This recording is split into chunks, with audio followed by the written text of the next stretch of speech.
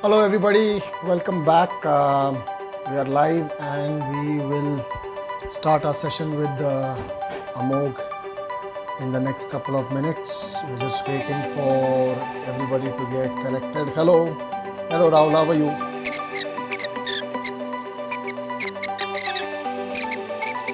Hi Ashish. Ashish, unfortunately we can only have two people in the video. I'm trying to get Amoggh on call. So when we can add more people, we'll be happy to have the viewer join us. Hello Rahul. Hi Amoggh. I am going to add you now. Hi Rahul. Hi. Hi Venkat, Ankit. Hello. Hi Amoggh. Good evening. Hi, good evening. Good evening. Hi Vedang. Sandeep Nevare. Hello. Amoggh sir has joined us from the Orange City today. How's it going? Amoggh, how is the city doing? How is Nagpur doing? Nagpur also is in a complete lockdown. First of all, hello to all the viewers and welcome. Nagpur is in a lockdown, so probably similar to how Bombay is, but it is not the people who are infected are not as much. That's the only difference that I can say. Absolutely. So welcome again everybody to Pure Cricket. Thank you Amoggh for being part of this session. We were looking forward to. I know a lot of people are looking forward to this session because they are very keen on fitness per se, and I think most people will already know who you are and what you do. But for those who don't, I will share a small introduction for them. Yeah. Sure. So welcome again, Amoggh Pandit. Amoggh Pandit is a certified strength and conditioning specialist from the National Strength and Conditioning Association in the US. Okay, I think what most people will be interested in knowing is that he has been, this year he is assistant coach for strength and conditioning for Kolkota Knight Riders. Unfortunately, the IPL is yet to begin this year. But Amoggh has also, helped the Rajasthan Royals team, the Mumbai Ranji Trophy team, the India A team, and I think also our latest World Cup winning differently abled India cricket team. So thank you so much, Amoggh. These are just a few of your accomplishments. If I can't take too long, it'll take half the time of our session. So thank you once again, and welcome to Pure Cricket. And we are really excited to have you. Like I said, what we want to talk about in this program is what does strength and conditioning really mean? How is it different from any other? For example, when we talk about fitness, whether it's for a hardcore professional sports person or a fitness buff or a hobbyist, somebody who just wants to play a sport. We'd like to know the importance of strength and fitness and conditioning in being able to pursue those sports as much as possible through your life. Though we are cricket based, this applies to all of the sports that people would like to pursue professionally or otherwise. So if we are good to go, we'll start with the interaction. Yeah? Okay. Go ahead. So broadly speaking, strength and conditioning is practical application of sports science principles. So where you use the methodologies to improve the movement quality of an athlete. So when I say movement quality, it means if a person is running at a particular speed, and if I help him improve movement quality, that means he is able to run faster, he is able to jump higher, he is able to throw longer or hit harder. So all these four qualities are what basically encompasses all the sports that are played. So all the qualities or either of these qualities are required for that sport. So if I am able to improve it and in any ways, then I automatically improve that person's performance in the chosen sport. Right. Fair enough. Thank you for that. So how would you, for a layman, how would we differentiate between strength and conditioning and going to probably a gym?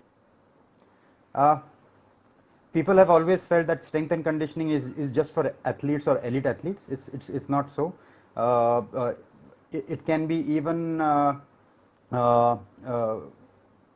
taken over by general population, and strength and conditioning basically has 4 pillars. So 4 pillars are speed, strength, endurance, and stability. So these are 4 pillars, and central to these 4 pillars is mobility and flexibility. So that's what holds all the 4 pillars together. And when I am able to improve all of these 5 components, be it an athlete or be it a person who is just a recreational athlete, or for that matter even a fitness enthusiast, if I am able to improve all these 5 pillars, automatically I am able to improve his movement quality. And that is what every individual needs. Because if you have seen that a person suffers with any orthopedic condition because of lack of movement. There is lack of movement. That's the reason why a person suffers with, if there is any physio in the room, they will know that if there is no movement, the cartilage doesn't get the nutrition and the supply that it needs, and automatically it dies, and that is how arthritic changes start to begin. So we need movement. So strength and conditioning is movement based training. It is not machine based training, it is movement based training. So if you go to a gym and keep doing leg extensions and leg curls and leg presses all your life, you are isolating a muscle and not training them in a synchronized manner with the other muscles which are used to move up the staircase, to run, to probably lift a bucket of water, whatever you may call it. It's a synchronization of all the muscles together. So that's how strength and conditioning is basically movement based training. Got it. Thank you for putting that in layman terms for us. So when let me ask you, Amoggh, if as an enthusiast or just as a common person, what would be some of the basic exercises or stretches that someone should do just to get to a very basic level of fitness and flexibility? Where I'm coming from is a lot of us in our jobs today are based, really out of a chair. Right. The world has got, and in today's environment, even more so because we are all working from home. So, what can we do? What can we do to obviously build a very strong base, but some basic level of exercises from where we can build on? Right. So, say whether I have to start with a 7-year-old, where he is starting for the first time, or whether I have to start with a 35-45-year-old where he has never experienced training, my starting off exercises are going to remain the same, because what I intend to do, and those exercises would be body weight exercises, like doing a push-up, like doing a body weight squat, like doing a lunge, doing a step up on probably a chair or a sofa or a bench if they have got it. All those exercises using your own body weight first helps them improve movement quality, because I'm going to ensure that they are moving correctly and in a right form. Only if I feel after probably a couple of months, 3 months, that and after progressing gradually, if I feel that they are moving, they have gained a base level strength, only then I will start adding weights, which is the bars and the dumbbells and the kettlebells and so on. But to start off with, it's going to be their body weight. And as a simple exercise, if I have to give an individual, it can be, if he cannot do a push-up on the floor, he can start off with a push-up on with the hands on the sofa or with the hands on the bed and feet on the floor, which is an incline push-up. And even if he can't do that either, if say I'm training a 65-year-old and he can't do that either, then there is a wall push-up. So we regress the exercises, start off from the wall, go to the sofa or a chair, go to a step which is about 12 inches high, and then go onto the floor. So you regress the exercise and then gradually progress it. So it's going to be the same for a 6-year-old if he is starting for the first time. It's going to be the same with a 35-year-old. But progression of exercises is intra-individualistic. It depends on every individual. So there are no set rules that if I've done a particular exercise, say for a couple of weeks, I need to progress. If I do not see movement quality, I'm not going to progress. Okay. And I've seen Siddharth is one of our viewers who has mentioned knee push-ups as well. Would that also be part of the progression? Yeah, definitely. That can be a part of the progression. What I usually do is, a lot of people find it difficult from starting from the knee and going on your toes. So keep them on the toes right throughout the journey. So while on the wall push-up, they are still on the toes. While on a table where we have lunch and dinner, they are still on the toes. Then we can have them on the bed, they are still on the toes, and you gradually go down to the floor. So what we are just keeping, what we call it in biomechanics, the leverage the same. We are not reducing the, shortening the leverage, and still accommodating the exercises by regressing it based on that person's needs. Okay, fair enough. We do have a few questions coming in. We'll take them in at a later point during our discussion. Yeah, sure. So now we talked about just basic getting into basic kind of shape, but you have worked with some of the top athletes in the country. So for youngsters who are looking to make sport into a career, right. What would you advise them? How should they build up their entire program in such a manner that they are able to meet the level of fitness and athleticism that's required by, say, the state level association? Right. So we know that fitness cannot be built in about a week, couple of weeks, 3 weeks. It's a journey, and there is never a destination to it. It's always a journey. And if we have to talk about athletes, we'll see that they go to the gym and follow a certain routine given to them by the trainers. So finally, what happens is everything revolves around how many sets, how many reps you do for a particular goal to reach. If I want a person to become like a big huge buff, in that case, my set and reps are going to be different. If I want a person to be strong, my set and reps are going to be different. If I want a person to be powerful, where he's able to accelerate quickly, stop quickly, all those kind of things, my set and reps are going to be different. But what we get to see is everyone is doing 3 sets of 10, 3 sets of 10, 3 sets of 10 all the time. So what happens with that is those are sort of hypertrophy or bodybuilding type of routines. So when you follow that, you will automatically start getting bigger.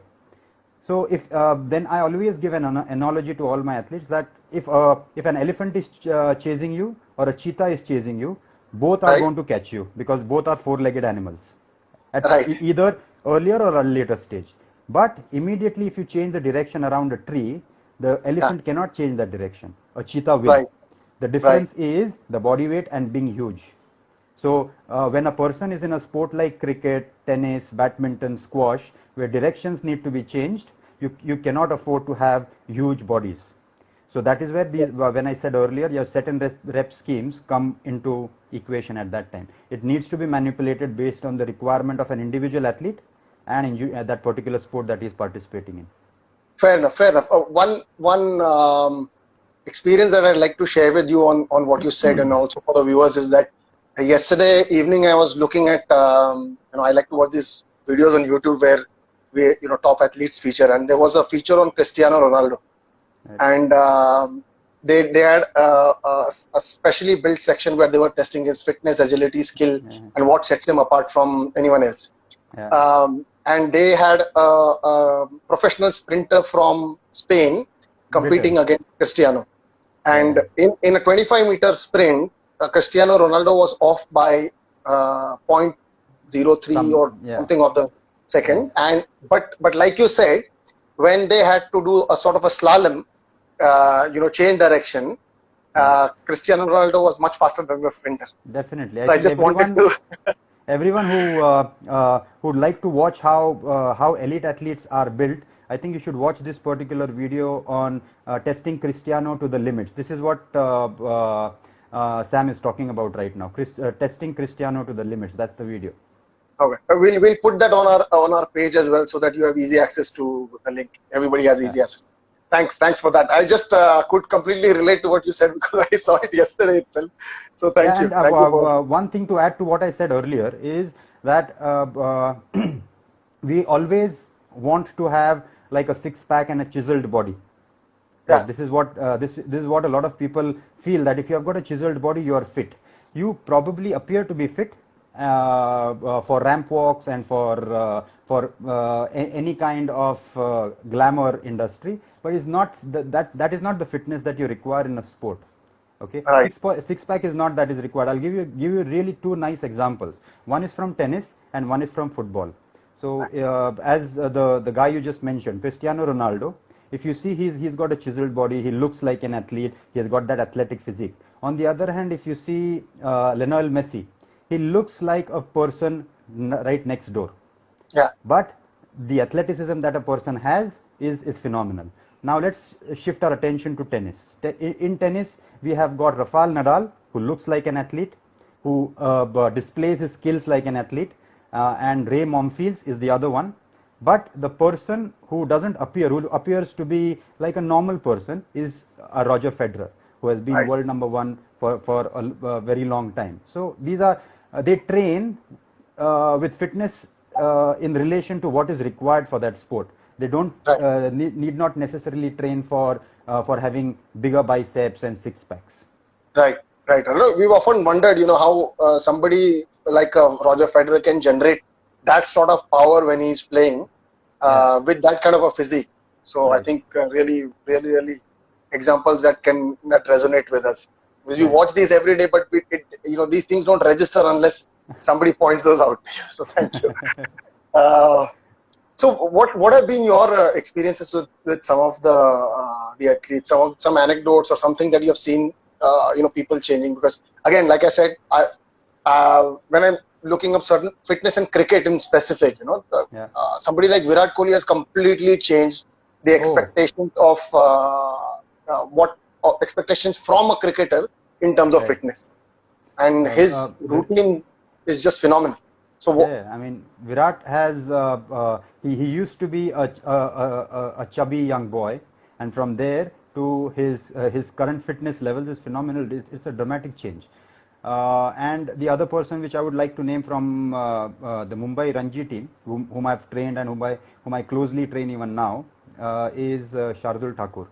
He is the person who used to be chubby, who used to have a lot of fat around his belly, and if you see the transformation, what he has undergone now, since the time he is with Chennai Super Kings, and now he is consistently making into the Indian side in the one right. days T20 sides, there is a phenomenal change in his fitness levels, and thanks to his consistency with which he is training in the gym. Absolutely, absolutely, and that is reflecting in today's a game like cricket, which you normally would not associate with the highest level of fitness until you talked about, say, the Aussies or the South Africans or Right. even the New Zealand team. Today, India being at the top of its game can be attributed towards the change in Because mentality of how to train. definitely, because even if you just go back about 10-15 years, it always used to be said, maybe a little bit more, maybe 2000, early 2000. People used to say that Indian cricketers cannot dive on the field, Right, and neither can they slide on the field. And right, from there to the fielders that we have got now, there is a dramatic change. You can see every other person is able to slide and dive on the field, and even running in between the wickets, they can convert a single into a two. So that itself speaks about the fitness levels that they have gained.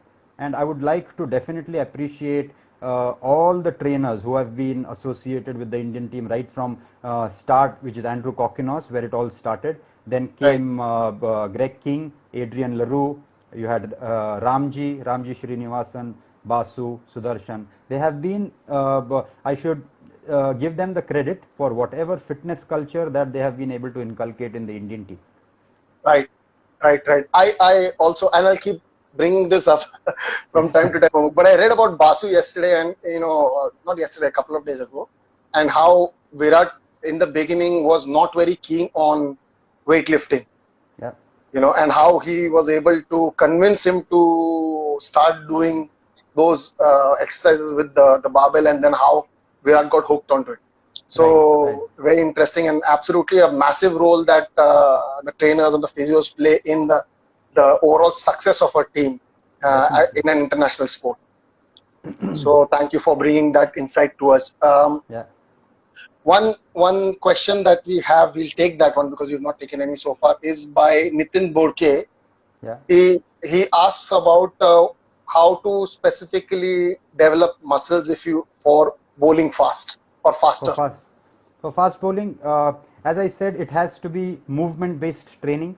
So whenever you're training movement, if you want to become strong at fast bowling, you should be able to impart force on the ground.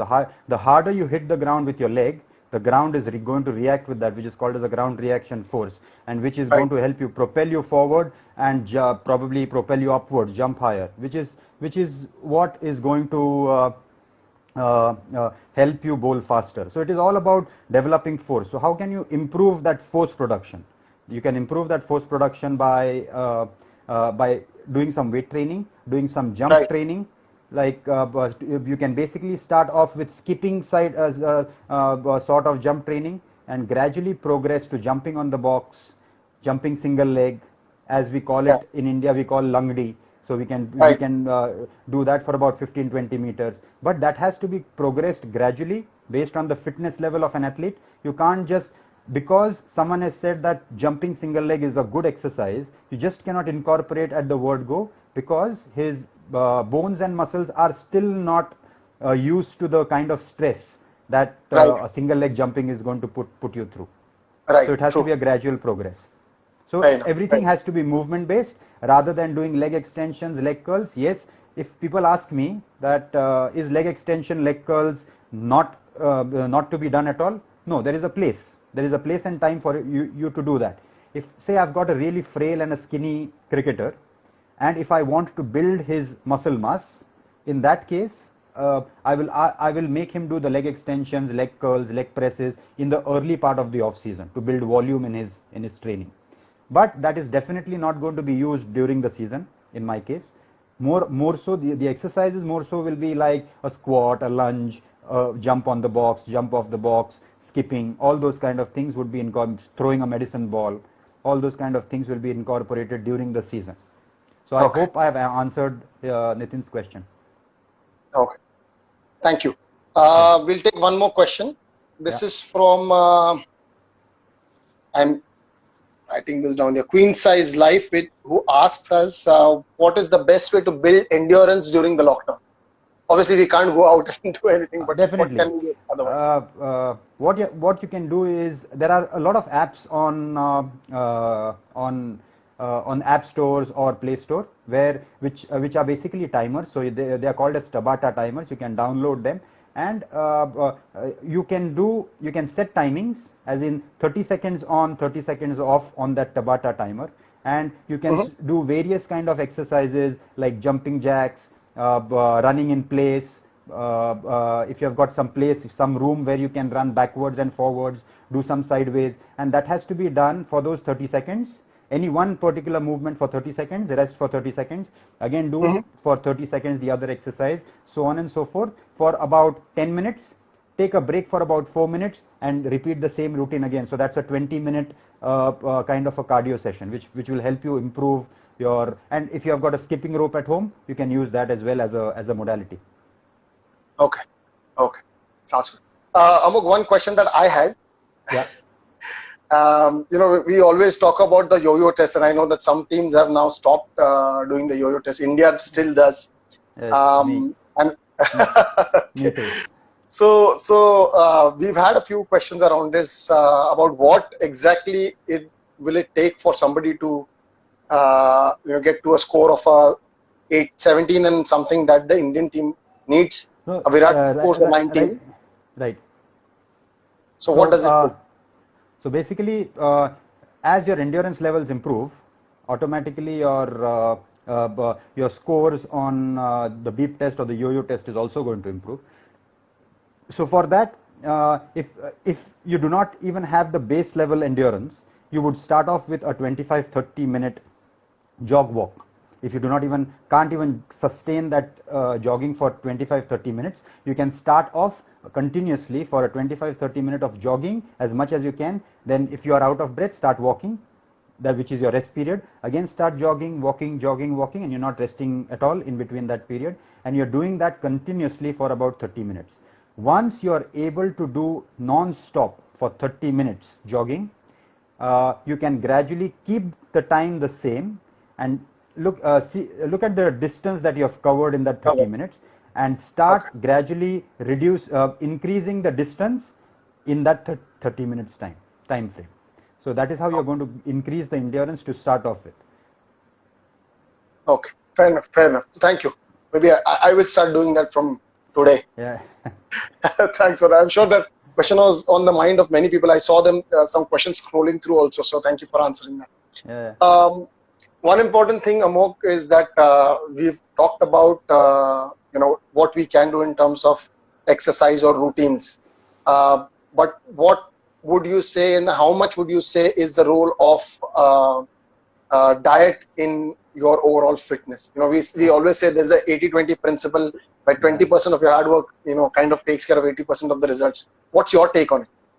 If you ask me about nutrition and how much nutrition, how much percentile of nutrition and how much percentile of fitness that you need to incorporate, it is about 90% of nutrition and 10% of fitness. So how much ever harder you work, but if you are gulping down a can of soda and probably pizzas and burgers every day, you're not going to achieve that kind of fitness. That is one. But on the contrary, if you are eating right, if you're eating healthy, but you are sticking to not so intense an exercise, still you will be able to gain, still you will be able to have good results. So if at all a person needs to lose fat, or if he needs to build muscle, diet is the key. Of course, exercise has to be there if you want to build muscle, if you want to be strong for a particular sport, but at the same time you need to eat clean and healthy. Fair enough. I'm not sure there is any scientific evidence of that 70% exercise or 20% or 30% diet or something of the sort. Do you have any take on that?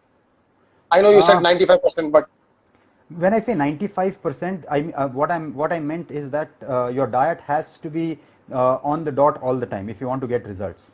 Like if at all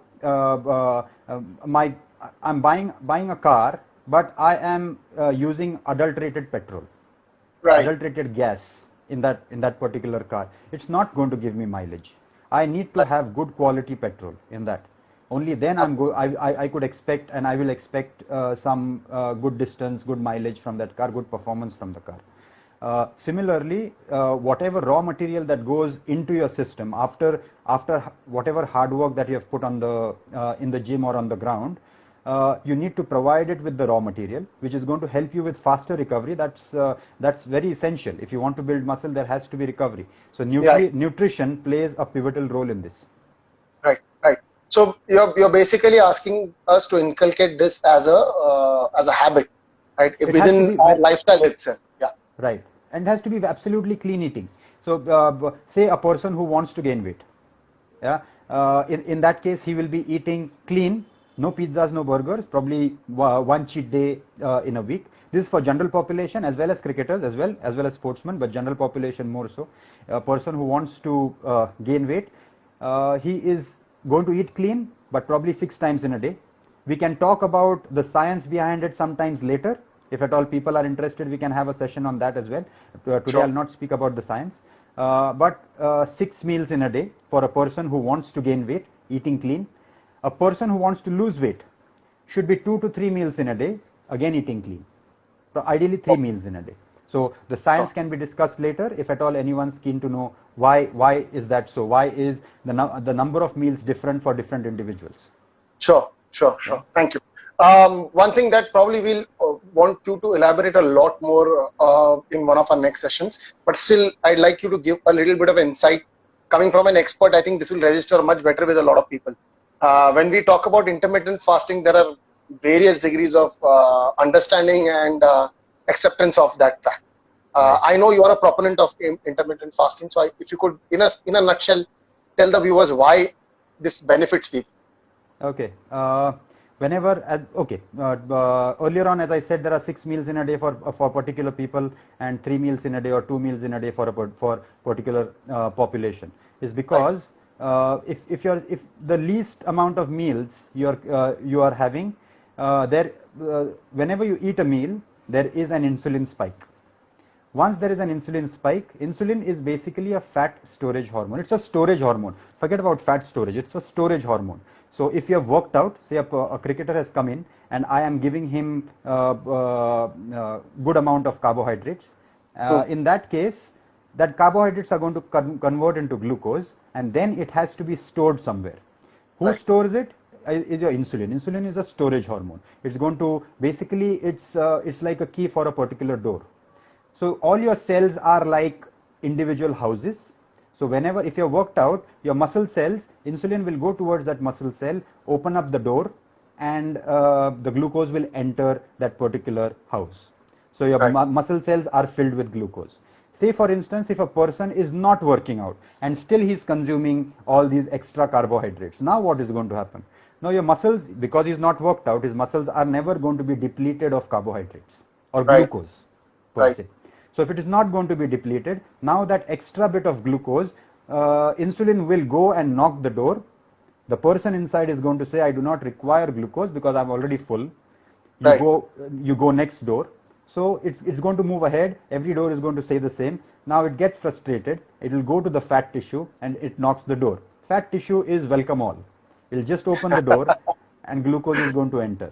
And that's how a person starts accumulating fat. So the bottom line is that do not allow your insulin to be high for a longer period, because it will go and knock the door of fat all the time to open the door. Okay. And secondly, if insulin is high, it does something what we call it as lipogenesis, means fat formation.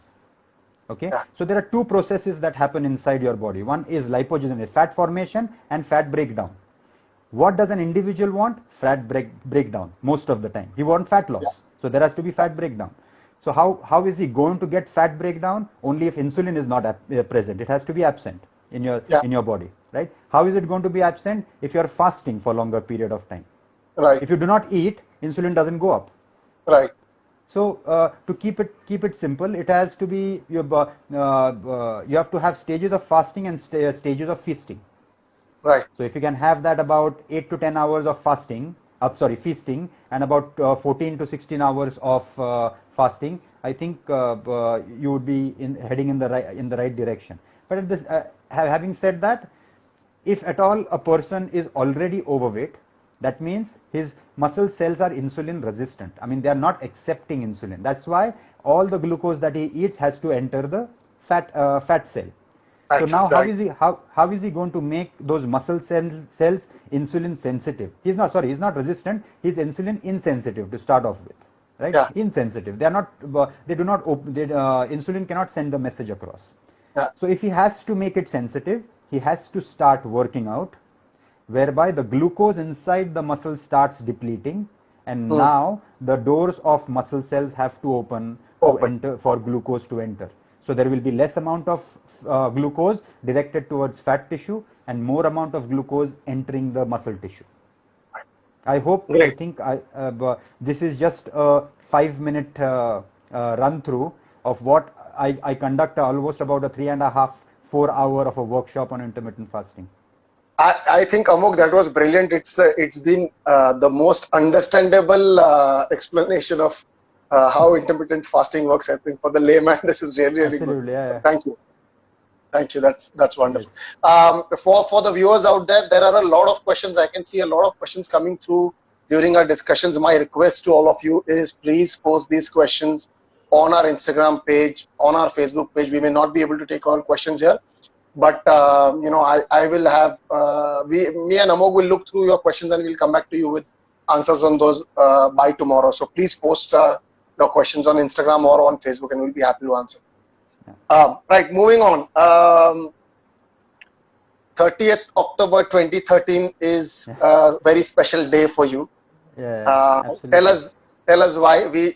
I know, but tell the rest of the viewers what happened on 30th October 2013. Basically, it was the last day of domestic cricket of our very own Sachin Tendulkar, and that was the last game that he played for Mumbai, and we were playing at Lahali in Haryana, and very closely fought game. And Ajay Jadeja has had from a retirement come back into playing just to play that particular game against Sachin. Yeah. And that was the time when we won the game. Dhaval was also responsible for that particular victory. He had a major part along with Sachin, of course. And everyone knowing that it's his last game, it was an emotional moment for every single person in that dressing room. So we decided to give him a sort of a nice send off. So everyone wanted to pick him up. I was standing right behind. I could see that they were struggling. So I just squatted down in between his legs and stood up. So it was like a squat with a 70 kg barbell on my shoulder. and you carried him throughout, right? You carried him up we to had the a half boundary. lap. We had a half lap of that particular stadium, and then we went into the dressing room. Oh wow! So I was assuming that you just went from the wicket to the boundary, but you did half a lap. Almost a half a lap. Yeah. Wow, But wow. that was the moment where you do not feel any kind of stress, because you know that this is a memorable moment for you. It was always a pleasure being a part of that dressing room when Sachin is in that dressing room, because the whole whole atmosphere of that dressing room is completely different.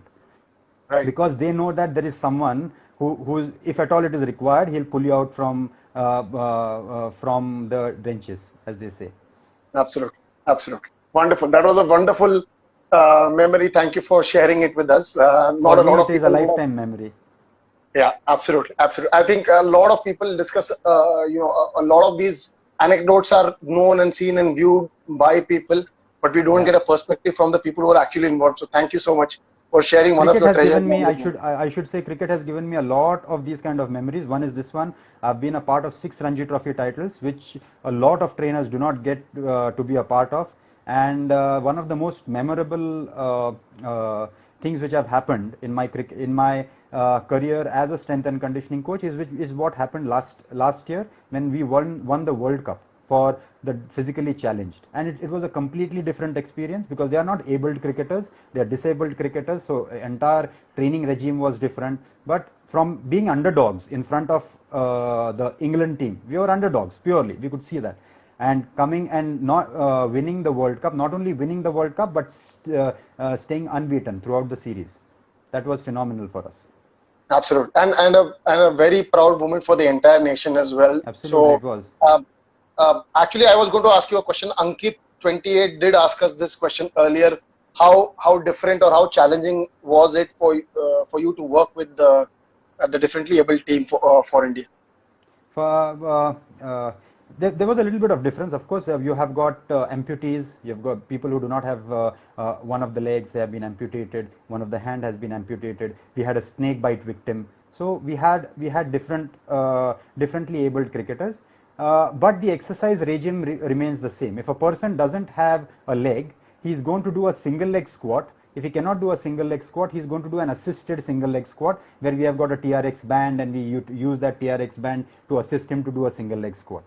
Wow. Similarly, for a person who has got just one hand, in that case, he will be doing a wall push-up. If he's strong enough, he's going to gradually go down. And I've seen some of the athletes who have been coming from the rural areas. They're really strong, and they could do a push-up, single hand push-up, which was incredible to see. That's phenomenal. So actually, it's quite surprising to know from you that the routine would not be any different. This again is a perspective that we would have not otherwise gotten. Right.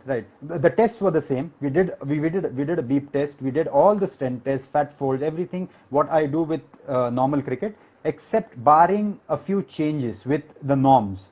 I cannot compare the normative data of an abled cricketer with a physically challenged cricketer. Absolutely. So, and anyways, I never had a data. This was my first experience. So I gathered this data. Probably I'll use it the next time when I come across again an experience of this kind. To win us another World Cup then. Hopefully. Hopefully. Right, Amoggh. I have just a couple more questions for you. What, it's with the parents taking so much of an interest in their children's sporting aspirations, I would say, at this point of time. sports really was not really a career option for a lot of people in India. Maybe 20 years ago, you would look probably at a central government job or something of the sort. Yeah. But today there are various avenues that have opened up where people can actually pursue a career in sports. So what advice would you give to the parents? Because yeah, sure, the children know that they need to be physically fit, they need to have skill, they need to develop the skill. But what advice would you give to the parents? I've watched over a period of time, I've counseled light being focused on their eyes, because the moment you have got bright light going on, which is focused on your eyes, your sleep goes for a toss. So that is those are the things which parents should be looking at. One is nutrition, one is recovery. That is definitely that they can take care at home. And second is, if a boy is going through a lean patch in his cricketing career where he is not able to perform that well, so there should not be any pressure on the kid, because parents are the only ones where he can express that these are the things which I'm unable to do, or these are the things which I thought I should have done differently. But if there is pressure from the parents, he'll not be able to express it even to their parents, because he'll be getting scared to express it. So the best thing is to be their friend, not to be the coach. Coach is doing their job, and just to look after their nutrition and the recovery process that happens post match, post practice, so that they are fit to practice, to start off practice for the next day, or for the game the next day. Right. Amoggh, can you hear me and see me? Because I am getting some messages that this is paused. Maybe some issue with my network. Maybe I can see you. I can see you, but yeah, you can see me now. Yeah. Okay, great. So one last question before we head into a trivia round is who is your favorite athlete and why? Oh, definitely as of now is Kohli. Second is Cristiano Ronaldo, for sure.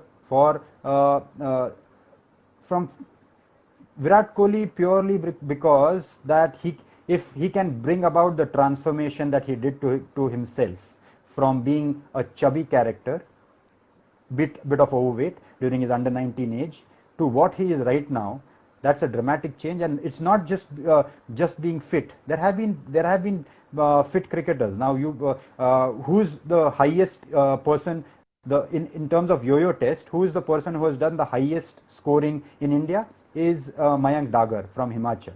Next is Manish Pandey, and third is Virat Kohli. As of now, as of the performance in terms of yo-yo. But out of these three, only one is a consistent part of the Indian team.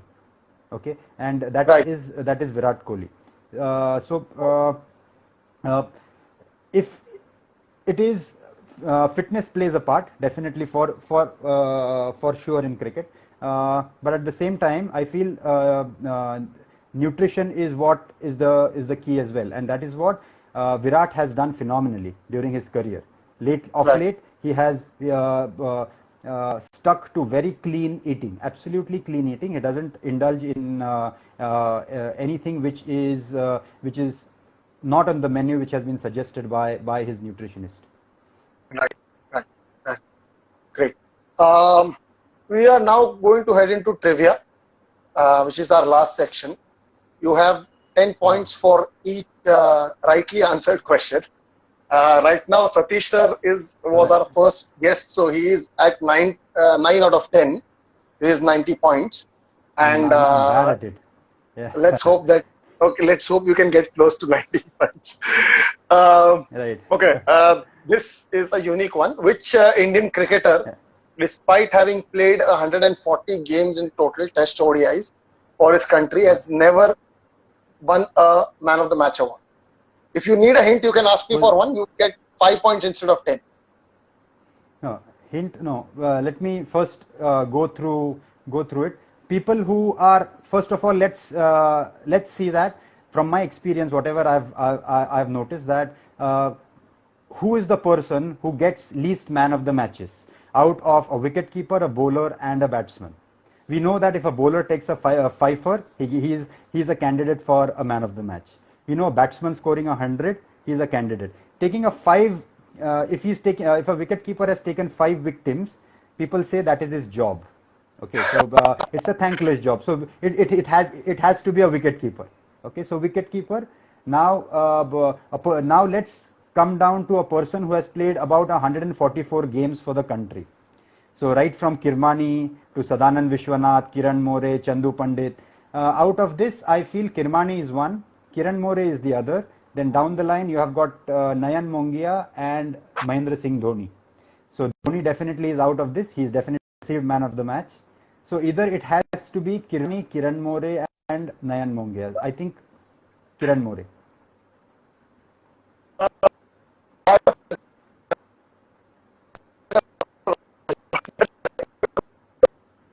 Your voice is cracking. So you have gone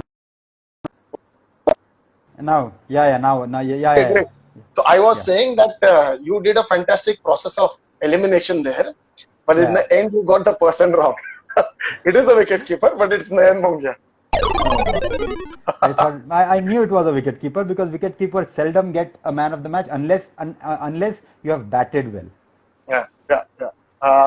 Okay, one setback, but let's go to the second one. Who's the only player to have won 4 consecutive man of the match titles? Only player to Indian player. It incidentally happens to be an Indian player. Okay. 4. You can consider the person an all-rounder as well. I'm not taking any points away from this. He's an all-rounder. Yeah, you can consider him. Yes, he's an all-rounder. Given his record, he's an all-rounder. Yes. A bowler or a wicket keeper? No, bowler. Bowler. Batsman who can bowl. A batsman who can bowl. So, batsman who can bowl. Is it Ganguly? Yes, absolutely. So Sourav Ganguly has won 4 consecutive man of the match titles, and nobody else in the world has been able to achieve that. Okay. So 1 out of 2. Okay, great. We are at 50% now, Amoggh. This question I had asked earlier also in our first session, so I'm going to ask, but this answer has to be different than that. So one player who has represented 2 countries at ICC events, which is what I had asked Satish sir as well. He said Kepler Wessels, which is one person. So Kepler Wessels is not the answer. You have to give any person apart from Kepler Wessels. Oh, one person I know of who captained the England side. He played for, I think, Scotland or Ireland. Morgan. I know that guy who played 2 World Cups for 2 different teams. Absolutely. Ireland. Right. Absolutely. You got it. Okay, good. Now we are picking up. In the last 100 years of Australian cricket, and I'm referencing Australian cricket because they are known to be amongst the fittest cricketers in the world. Right.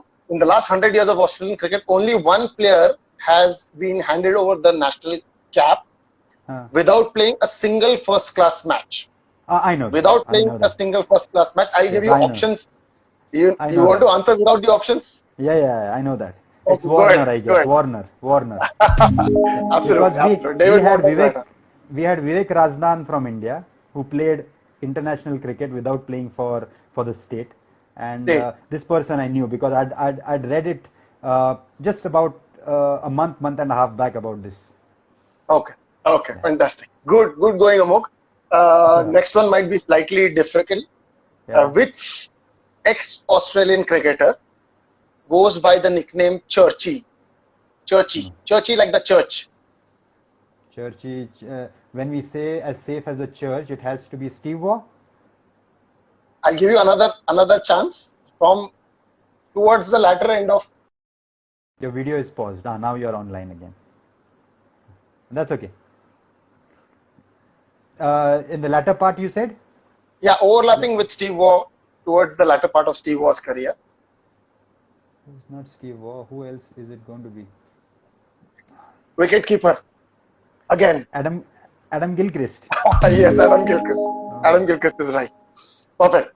You have to give me a hint for that. Yeah, that's okay. So I'm not taking off any points from your tally. Who is this? This is slightly controversial, we know, but I'll still going to ask you this. Who is the youngest bowler to get a hat trick in international cricket? To just give you some idea, it just happened recently in February 2020.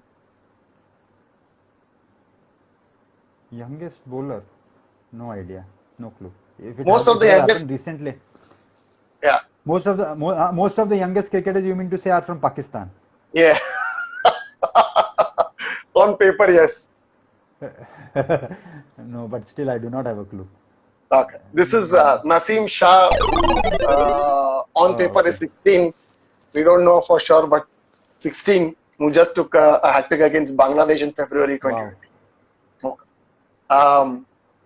Okay, we'll come back to India now. Fastest bowler to have taken 100 test wickets for India. Fastest bowler. Fastest, in Bowler the I sense, know of fastest was to get to 100 wickets, not fast bowler. 100. Yeah. I know that Ajit Agarkar was the fastest to first 50. I'm 100% sure about that. Right. First 100 Indian. Can anyone? Ashwin Khaire is saying Ashwin. Is it Ashwin? And Sorry, I he's copied right, it. but it's okay. You gave the answer, so you get point for that.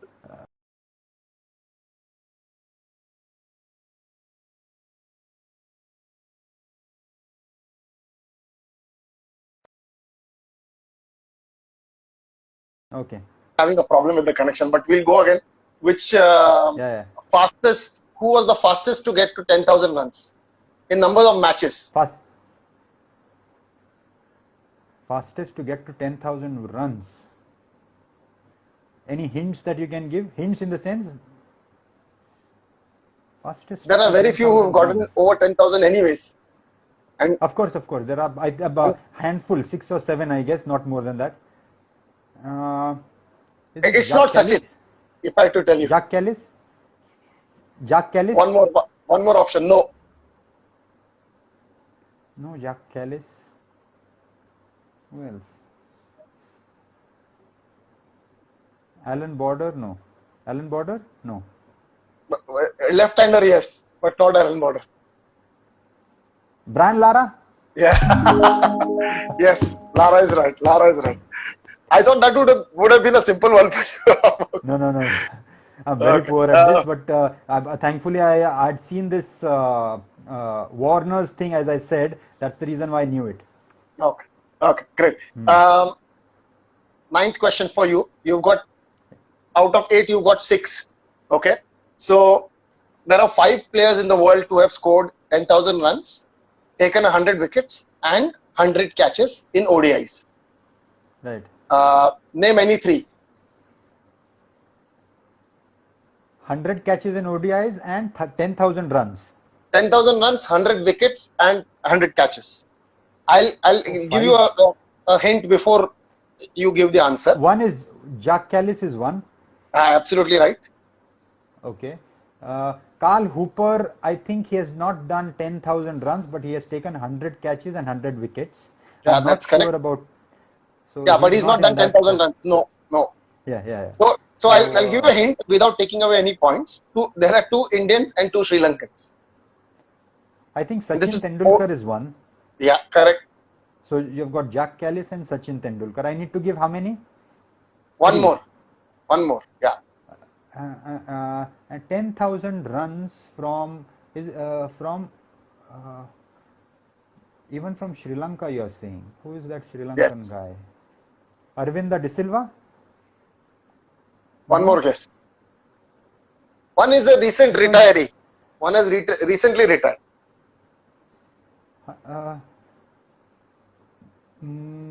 Tilak Ratne Dilshan? Yes, absolutely right. Khaire is really trying to help you here by giving all the answers. Where is he given it? He said Jayasuriya. He said Jayasuriya. So the other 2 are Saurav Ganguly and Sanat Jayasuriya. Oh. Okay, I'll give you this one. Okay, the network is bad.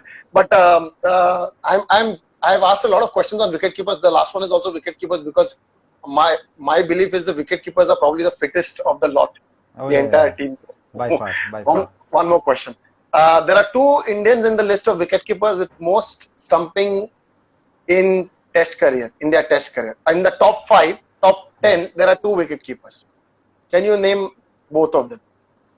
Can you repeat the question? Sorry, I'm so sorry. Yeah. 2 Indians. They are part of the top 10 wicketkeeper lists when it comes to stumpings in a test career? Mahendra Singh Dhoni is one for sure. That's right.